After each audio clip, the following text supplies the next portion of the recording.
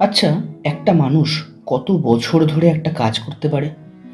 ১০ বছর, ২০ বছর, ৫০ বছর? এখানে একটা পরিবার ২৩৬ বছর ধরে একটাই কাজ করে যাচ্ছে। তারা মাটি দিয়ে মা বানায়। রানী রাসমণির বাড়ির মা। আর এই বছরের কারিগর, তার নাম লালুদা। আজ আমি দেখাবো ২৩৬ বছরের অপেক্ষা কিভাবে মাটিতে প্রাণ পায়। সালটা ১৭৯০ কি ১৭৮৯। ইংরেজরা তখন কলকাতা শাসন করছে। সেই সময় এই বাড়িতে প্রথম দুর্গা এলেন। তারপর এলেন রানী রাসমণি। কালক্রমে দুর্গাপুজো তার হাতে জনসাধারণের পুজো হয়ে উঠল। তিনি এই পুজোকে দিলেন জনসাধারণের মর্যাদা।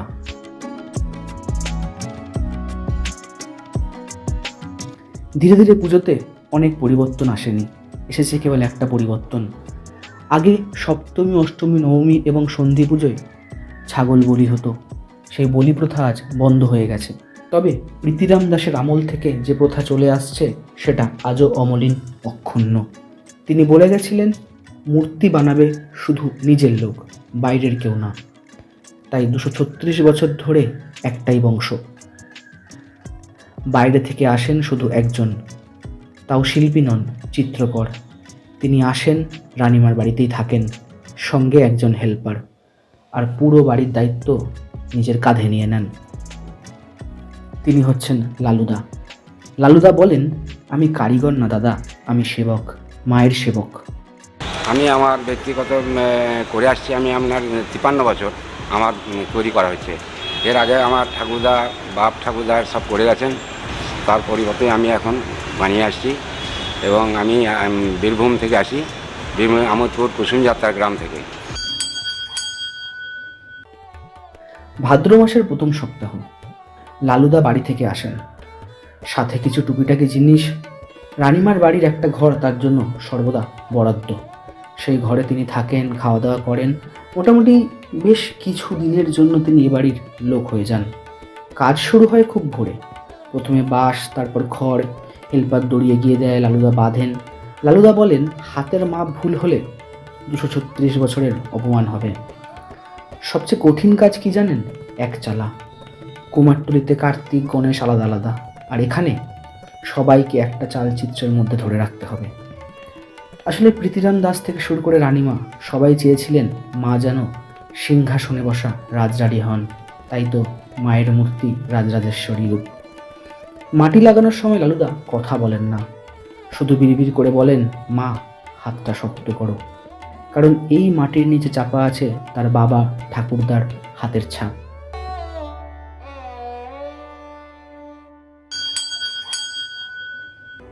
মাটির কাজ ২০ দিন, তারপর ১০ দিন রোদে শুকানো।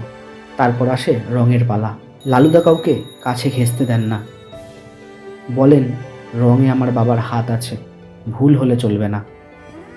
রানিমার বাড়ির মায়ের সাজও আলাদা। লাল টুকটুকে বেনারসি, গলায় সোনার হার।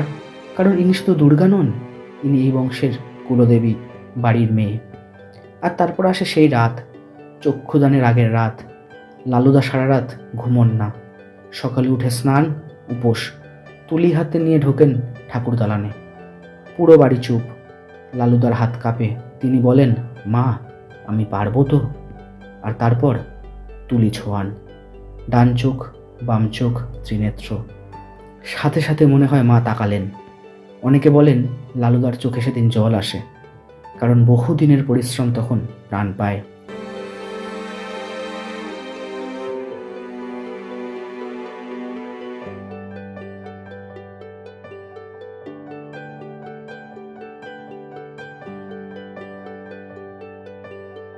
আমাদের এই ঠাকুরের সমস্ত সব কোনো ছাঁচের কারবার নাই। সমস্ত সব হাতে আঙুল টাঙুল, মুখ টুক ইত্যাদি যাবতীয় দেওয়া হয়, সব হাতের তৈরি। আমাদের কোনো ছাঁচ নাই। যেমন কুমারটুলিতে ছাঁচ হয়, কিন্তু আমাদের এখানে ছাঁচ নেই।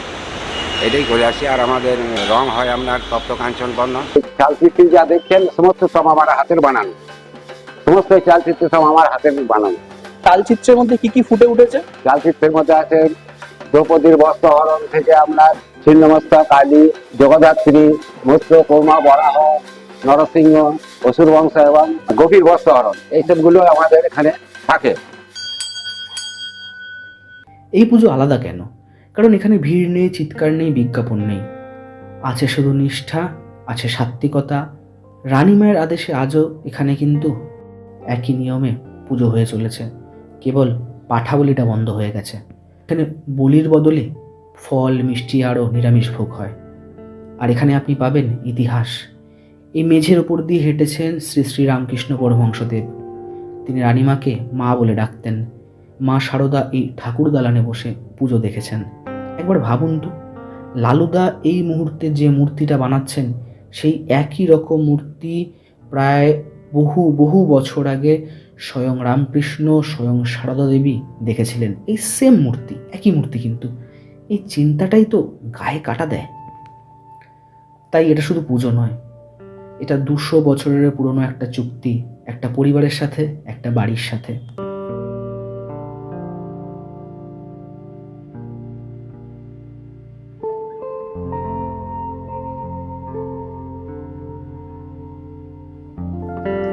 পুজো মিটে যায়, লালুদা ব্যাগ গুছিয়ে আবার বাড়ির পথে রওনা দেন।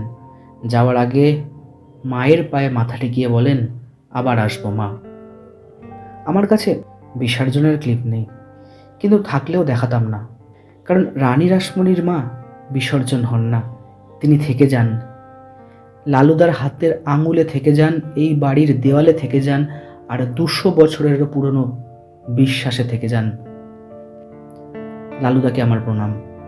আর আপনাদের কাছে অনুরোধ, এই ভিডিওটা শেয়ার করুন, যাতে সবাই জানতে পারে কলকাতায় এখনও এমন পুজো হয়।